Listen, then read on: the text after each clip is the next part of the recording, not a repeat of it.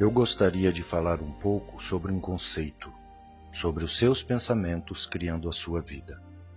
Se você acredita que os seus pensamentos têm alguma coisa a ver com seu destino, que os seus pensamentos criam a sua vida, vamos examinar os pensamentos que você pensa.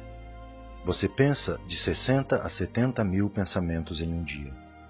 De todos esses pensamentos, 90% deles são os mesmos do dia anterior. Os mesmos pensamentos sempre levarão às mesmas escolhas.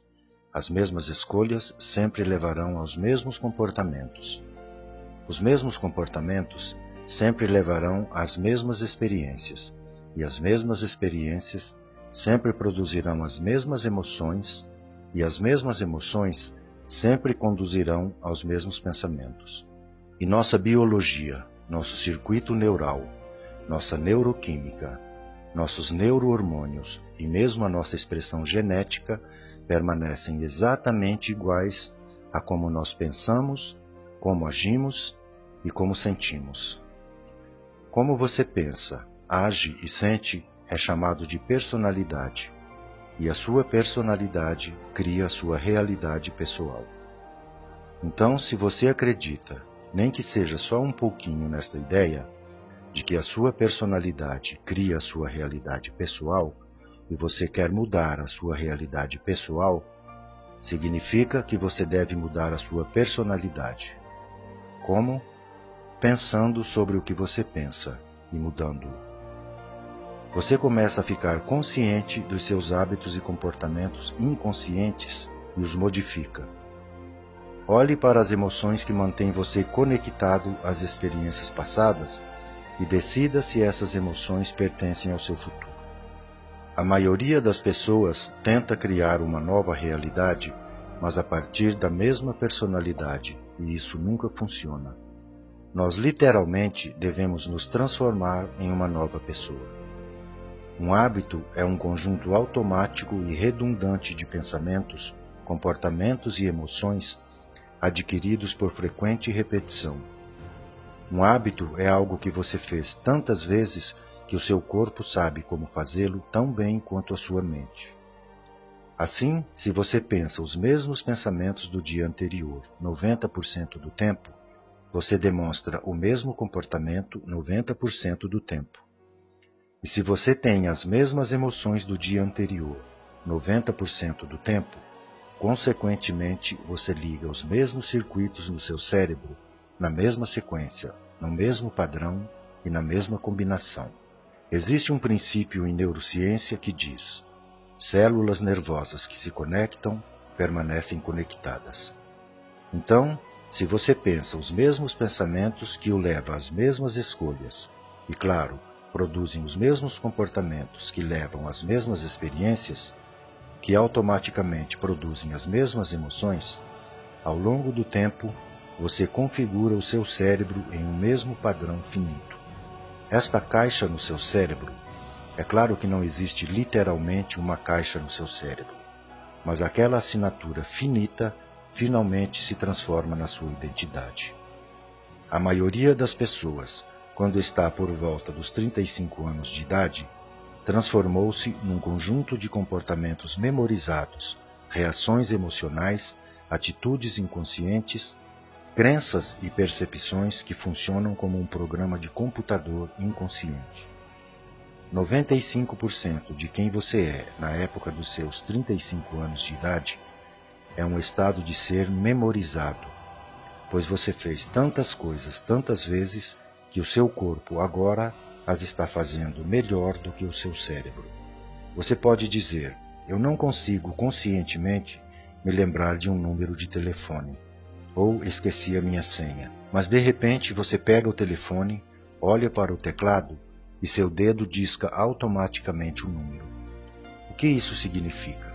Você praticou isso tantas vezes que o seu corpo soube como fazer isso melhor do que o seu cérebro. Isso é onde 95% de você existe. Aqui vem a parte mais importante. Toda vez que você aprende algo novo, você adiciona uma nova costura na tapeçaria tridimensional da sua massa cinzenta. E se você começa a pensar sobre o que aprendeu, você está fazendo o seu cérebro funcionar em novas sequências, novos padrões e novas combinações. E seja quando for que você fizer o seu cérebro trabalhar diferentemente, você está mudando a sua mente, porque mente é o cérebro em ação.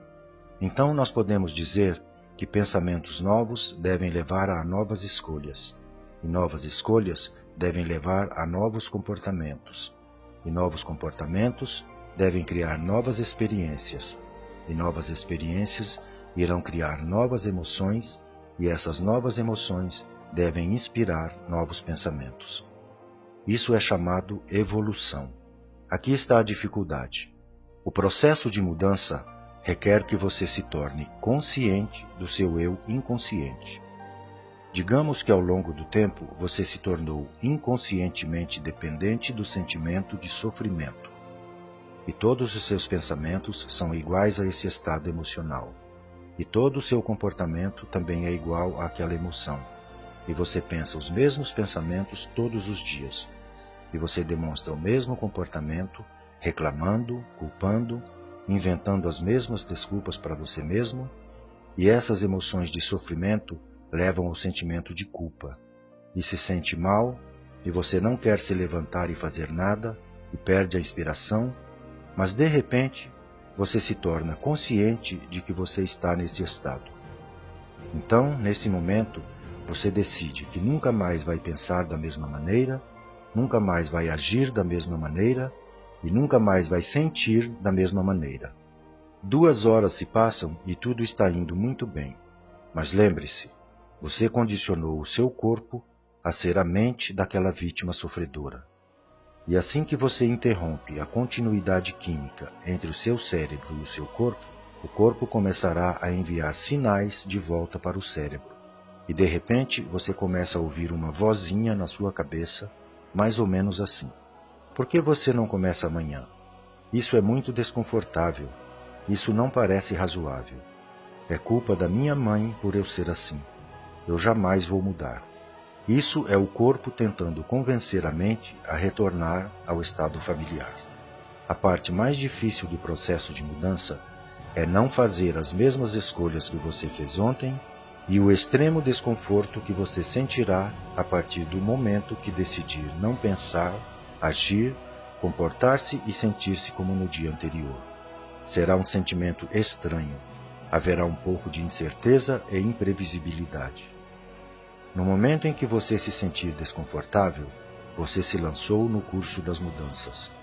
A maioria das pessoas, quando se sente desconfortável, retorna rapidamente ao estado mental e corporal antigos.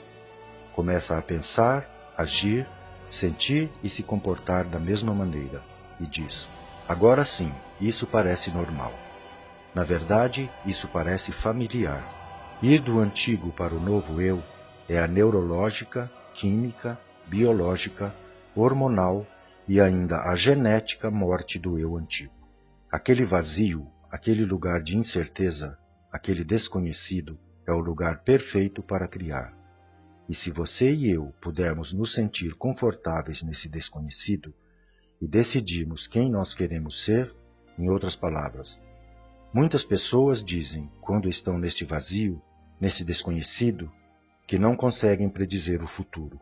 Mas a melhor maneira de predizer o seu futuro é criá-lo, não no conhecido, mas no desconhecido.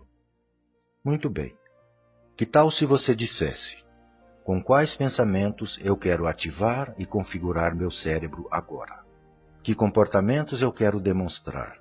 Se você fechar os olhos e começar a pensar como irá agir, o mero ato de mentalmente ensaiar quem você decidiu ser, começa a instalar os circuitos neurais no seu cérebro, para parecer que a experiência já aconteceu.